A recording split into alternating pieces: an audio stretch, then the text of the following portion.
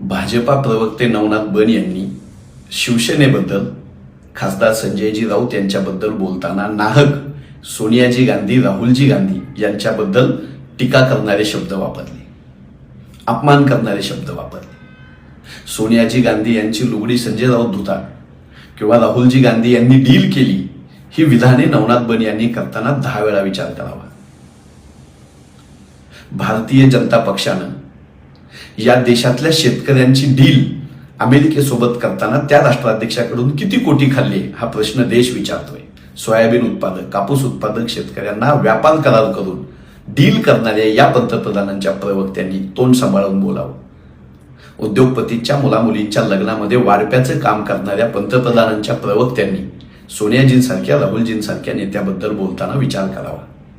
ज्या शिवसेनेच्या मानगुटीवर बांडगुळासारखं बसून 25 वर्षे महाराष्ट्रामध्ये स्वतःच्या पक्षाचा विस्तार केला, त्या भाजपाने शिवसेनेबद्दल बोलताना काँग्रेसला मध्ये ओढण्याचं काही कारण नाही.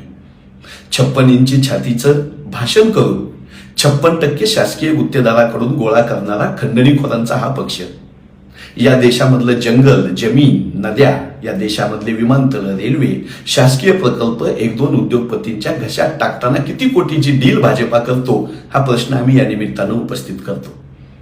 नांदेडमध्ये जाऊन देवेंद्रजी फडणवीस यांनी अशोक चव्हाण हे लीडर नसून डीलर आहेत अशी टीका केली होती. त्याच डीलर असलेल्या अशोक चव्हाणांना स्वतःच्या पक्षात पावन करून घेताना देवेंद्रजींनी किती कोटीची डील केली नवनाथ बन यांनी सांगावं. सोनियाजी गांधी ज्येष्ठ नेते आहेत, राहुलजी गांधी विरोधी पक्ष नेते आहेत. शिवसेनेसोबतचा भाजपाचा वाद ह्याच्यात काँग्रेसला तुम्ही ओढणार असाल तर हा महाराष्ट्र आणि हा भारत तुम्ही किती कोटीची डील केली अमेरिकेसोबत, तुम्ही किती कोटीची डील केली 2 उद्योगपतींसोबत, तुम्ही किती कोटी दलाली खाताय शासकीय कंत्राटदाराकडून बदल्यांमध्ये, शासकीय योजनांमध्ये, याचा जाब विचारल्याशिवाय राहणार नाही.